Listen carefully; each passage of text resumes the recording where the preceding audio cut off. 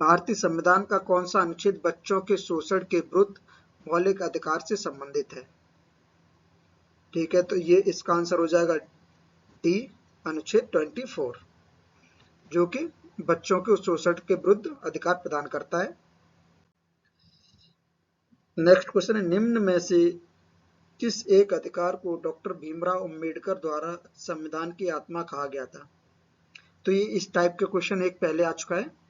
इसका आंसर होगा संवैधानिक उपचार का अधिकार। ये है आर्टिकल 32। नेक्स्ट क्वेश्चन में संविधान के अंतर्गत मूल अधिकारों का संरक्षक कौन है? तो ये है सर्वोच्च न्यायालय, जो कि नागरिकों के मूल अधिकार को संरक्षित करती है। ये है आर्टिकल 32 से संबंधित। नेक्स्ट क्वेश्चन है, जिस समिति की अनुशंसा पर देश में पंचायती राज लागू किया गया था उसके प्रमुख थे? तो ये है बलवंत राय मेहता। इनकी अनुशंसा पर पंचायती राज व्यवस्था को संवैधानिक अधिकार प्रदान किया गया था। नेक्स्ट क्वेश्चन है, पंचायती राज विषय है, यानी कि ये किससे संबंधित है, किस सूची से संबंधित है? ये है राज्य सूची से संबंधित। आंसर सी होगा इसका। नेक्स्ट क्वेश्चन है, यदि पंचायत भंग होती है तो किस अवधि के अंदर निर्वाचन होंगे? यानी कि ये बताना है कि पंचायत को अधिक से अधिक कितने महीनों तक भंग रखा जा सकता है? तो इसका आंसर होगा सी, 6 माह। 6 माह के अंदर चुनाव करवाने पड़ेंगे। नेक्स्ट क्वेश्चन है, भारतीय संविधान की 11वीं अनुसूची में पंचायतों के लिए कुल कितने विषय निर्धारित किए गए थे? तो इसमें 29 विषय। C answer. अब नेक्स्ट क्वेश्चन है, किस संवैधानिक संशोधन के द्वारा पंचायती राज संस्थाओं को संवैधानिक स्तर प्रदान हुआ था? यानी कि इसमें पूछा पंचायती राज संस्थाओं को, तो इसका आंसर हो जाएगा ए, 73वां संविधान संशोधन। नेक्स्ट क्वेश्चन है, संविधान के किस संशोधन के द्वारा केंद्रीय मंत्रियों की संख्या लोकसभा के कुल सदस्यों के 15% पर सीमित कर दी गई? यानी कि जो कुल सदस्य उनके 15% से अधिक मंत्री नहीं नियुक्त किए जा सकते हैं। तो ये है 91वां संविधान संशोधन के द्वारा ये प्रावधान किया गया भारतीय संविधान में। नेक्स्ट क्वेश्चन है, भारतीय संविधान के लिए प्रथम संशोधन विधेयक लाया गया था, ये कब लाया गया था? पहला संविधान संशोधन कब हुआ था? ये हुआ था 1951 में। Answer B. केंद्र और राज्य की व्यवस्थापिकाओं के लिए मतदान की न्यूनतम उम्र की सीमा 21 वर्ष से घटाकर 18 वर्ष कर दी गई थी। ये कौन सा संविधान संशोधन था? ये था 61वां संविधान संशोधन। इसके माध्यम से जो मतदान करने की 21 वर्ष उम्र थी उसे 18 वर्ष कर दिया गया। नेक्स्ट क्वेश्चन है, किस संविधान संशोधन द्वारा मतदान की आयु 21 वर्ष से घटाकर 18 वर्ष कर दी गई थी? तो इसका आंसर हो जाएगा सी, 61वां संविधान संशोधन। निम्न में से कौन सा चुनाव आयोग द्वारा संपादित नहीं किया जा सकता? तो इसमें यह बताना है कि चुनाव आयोग द्वारा कौन कौन से चुनाव करवाए जाते हैं। जैसे लोकसभा के चुनाव आयोग करवाता है, राज्यसभा के भी करवाता है, राष्ट्रपति के भी करवाता है, स्थानीय निकाय। इसका आंसर हो जाएगा डी, स्थानीय निकायों का चुनाव राज्य चुनाव आयोग करवाता है। ठीक है, नेक्स्ट क्वेश्चन है, मुख्य चुनाव आयोग को उसके पद से हटाने के लिए क्या किया जा सकता है? तो इसका आंसर हो जाएगा बी, उक्त प्रक्रियाओं द्वारा जो सर्वोच्च न्यायालय के न्यायाधीश के लागू होती हैं। जिन प्रक्रियाओं से सर्वोच्च न्यायालय के न्यायाधीश को हटाया जाता है उनके पद से, उसी प्रकार मुख्य चुनाव आयोग को उनके पद से हटाया जाता है।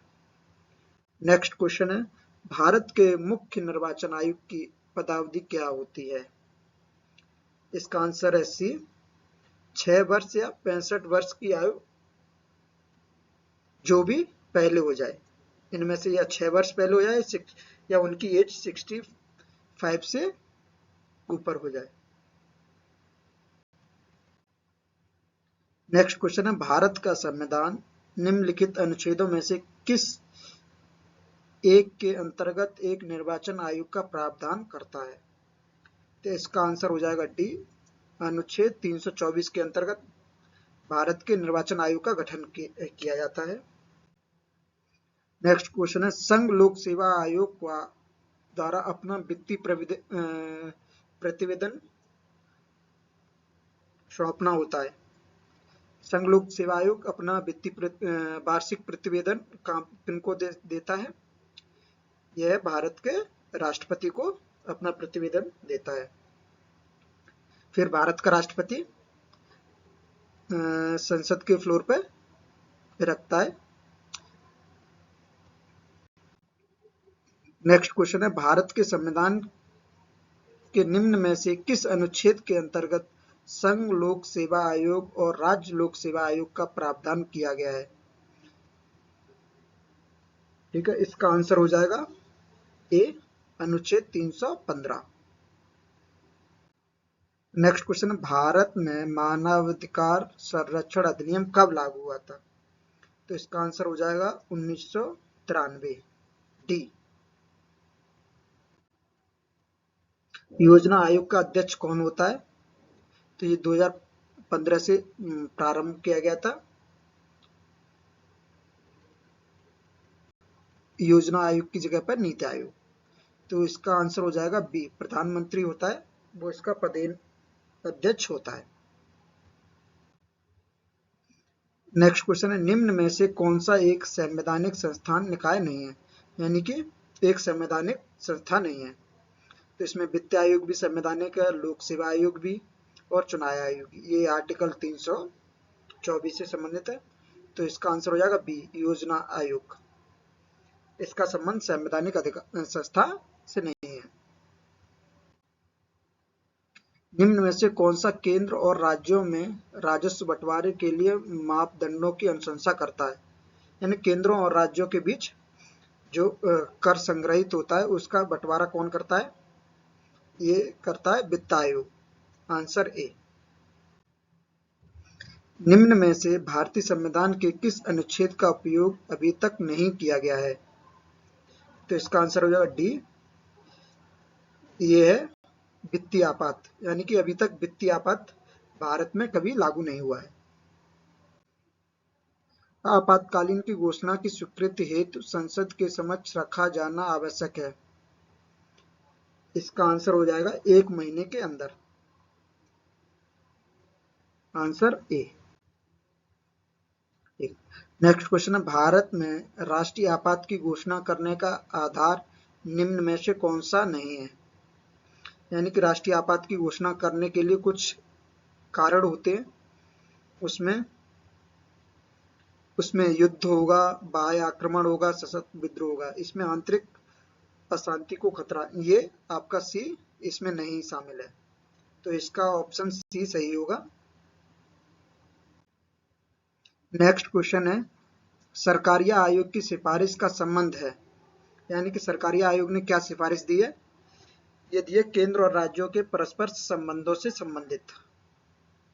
इसका आंसर हो जाएगा डी। आपका नेक्स्ट क्वेश्चन है, विधायी शक्तियों का केंद्र और राज्यों के मध्य वितरण संविधान की निम्न में से किस अनुसूची से संबंधित है? तो इसका आंसर हो जाएगा बी, 7वीं अनुसूची। नेक्स्ट क्वेश्चन ये है, भारत की पहली महिला मुख्यमंत्री कौन बनी? तो इसका आंसर हो जाएगा B, Sucheta Kripalani. Next question है, बिना संविधान सभा का सदस्य निर्वाचित हुए कौन मंत्री किस समय तक पद पर बना रह सकता है? तो इसका आंसर हो जाएगा बी, 6 माह तक। कोई भी सदस्य बिना सदस्य बने हुए 6 माह तक मंत्री पद पर बना रह सकता है। नेक्स्ट क्वेश्चन है, निम्न में से किस राज्य में द्विसदनात्मक विधायिका नहीं है? यानी कि यूपी में भी 2 सदन विधायिका है, बिहार में भी है, कर्नाटक में भी है। इसका आंसर हो जाएगा बी, एमपी। एमपी में द्विसदनात्मक विधायिका नहीं है। नेक्स्ट क्वेश्चन है, भारतीय संविधान के निम्न अनुच्छेद में से किस एक के अंतर्गत विधान परिषद की स्थापना या समाप्ति की व्यवस्था की गई है? यह है अनुच्छेद 169। नेक्स्ट क्वेश्चन है, निम्न में से कौन भारत के राष्ट्रपति की इच्छा तक ही पद पर बना रह सकता है? तो इसका आंसर है ए, राज्यपाल। ये राष्ट्रपति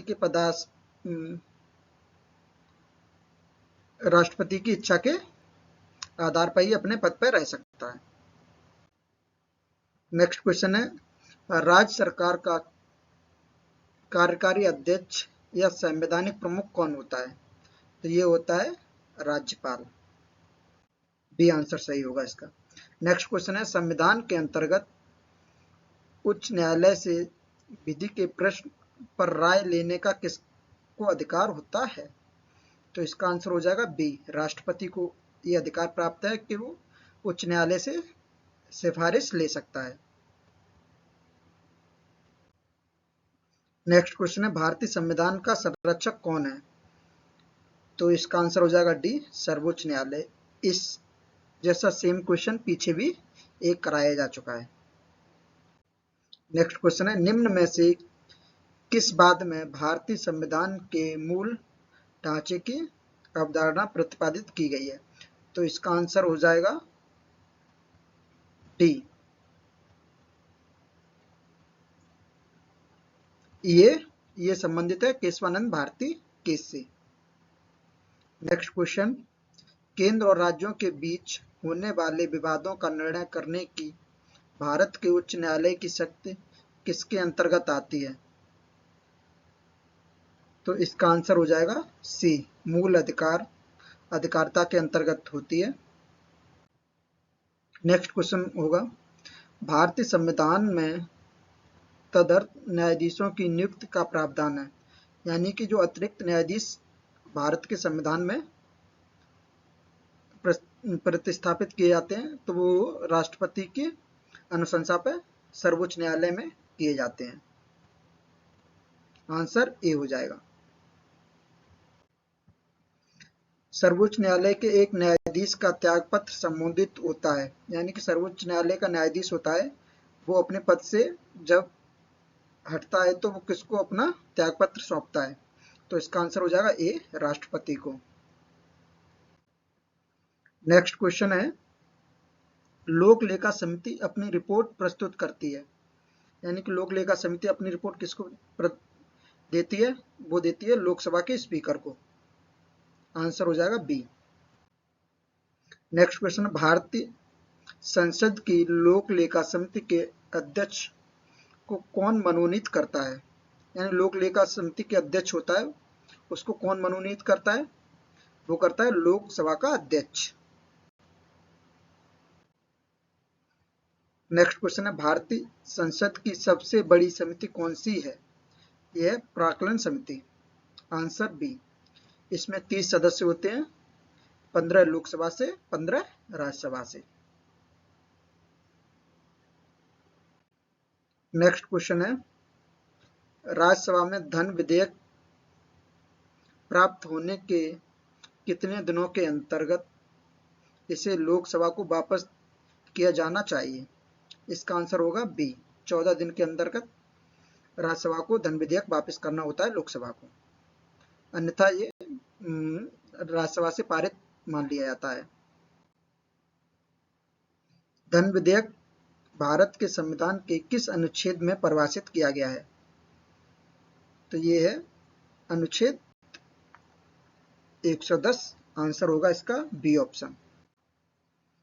नेक्स्ट क्वेश्चन है, भारतीय संसद के दोनों सदनों की संयुक्त बैठक की अध्यक्षता कौन करता है? ये आंसर है इसका सी, लोकसभा के अध्यक्ष। नेक्स्ट क्वेश्चन है, भारतीय संविधान के किस अनुच्छेद के अंतर्गत अंतर्राष्ट्रीय समझौतों को प्रभावी बनाने हेतु संसद राज्य सूची के विषय पर कानून बना सकती है। तो ये इसका आंसर होगा डी, अनुच्छेद 253। अनुच्छेद 253 में ये वर्णित है कि अगर संसद चाहेगी तो राज्य सूची के विषय पर कानून बना सकती है जो कि अंतर्राष्ट्रीय समझौतों से संबंधित होंगे। नेक्स्ट क्वेश्चन है, लाभ के पद का निर्णय कौन करेगा? इसका आंसर होगा ए, राष्ट्रपति एवं राज्यपाल, और इसका आंसर बी भी हो सकता है जो कि संसद के द्वारा किया जा सकता है। नेक्स्ट क्वेश्चन, भारतीय संसद में किसमें से कौन सा सम्मिलित है? तो भारतीय संसद में कौन कौन होता है? लोकसभा होती है, राज्यसभा होती है और राष्ट्रपति होते हैं। तो इसका आंसर हो जाएगा ए। नेक्स्ट क्वेश्चन, निम्न में से कौन सा राज्यसभा का अध्यक्ष होता है? राज्यसभा का अध्यक्ष होता है तो ये होते हैं आंसर बी, भारत के उपराष्ट्रपति इसके पदेन अध्यक्ष होते हैं। नेक्स्ट क्वेश्चन, भारत की प्रथम लोकसभा के पहले अध्यक्ष कौन थे? तो इसका आंसर हो जाएगा ए, जेबी मावलंकर। नेक्स्ट क्वेश्चन हो जाएगा, भारतीय संविधान में तदर्थ न्यायाधीशों की नियुक्ति का प्रावधान है? ये है आंसर ए, सर्वोच्च न्यायालय में। राष्ट्रपति की अनुशंसा पर भारत का मुख्य न्यायाधीश सर्वोच्च न्यायालय में अन्य न्यायाधीशों की नियुक्ति करता है।